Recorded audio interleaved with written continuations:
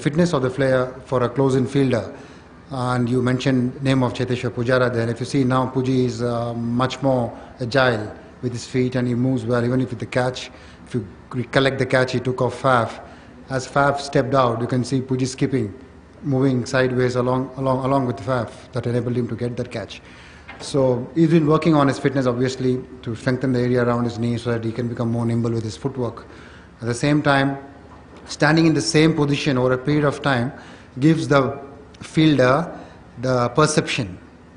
You may not get a catch the whole day, but at least it develops perception, which is so vital to be a close-in fielder, along with the reflexes and the hand-eye coordination.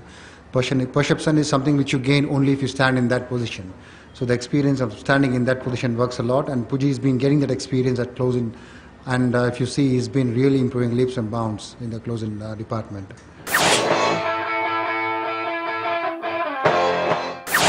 Regarding Ajinkya, I think he's evolving into an excellent slip fielder.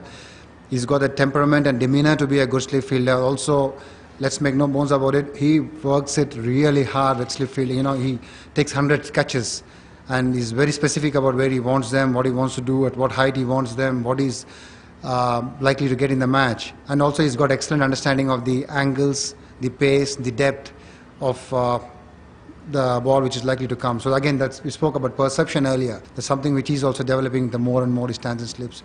So he's evolving into a very good slip fielder which augurs well for the team in the future. But what we as a team, as a leader, what Virat expects from this team, and as a bunch of young cricketers, what these people do is the process of improving.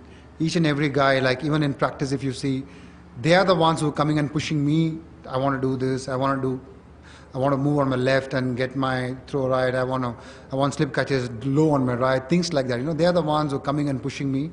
So that's a big plus. It's a big positive from my point of view. Players coming and they know exactly what they want to achieve when they come onto that practice field, and they are driven to improve. Like Rohit said, probably the beginning of the series, that over a period of time, this team would probably be one of the best fielding teams in the world.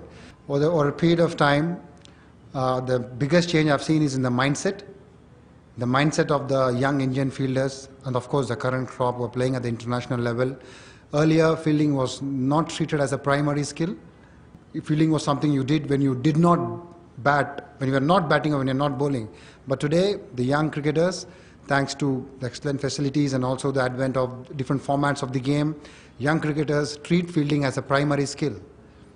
They know they can make a contribution to their team, win or lose, by just being a good fielder. So if you see, they give it equal importance as much as they do to their batting or bowling. So that is the biggest shift in the mindset of young cricketers and the current cricketers who are playing. So that itself is a big win. Once you start treating something as a primary thing, primary skill, then you can see the improvement, and plus the fitness standards have improved. That also helps a lot in developing good fielders.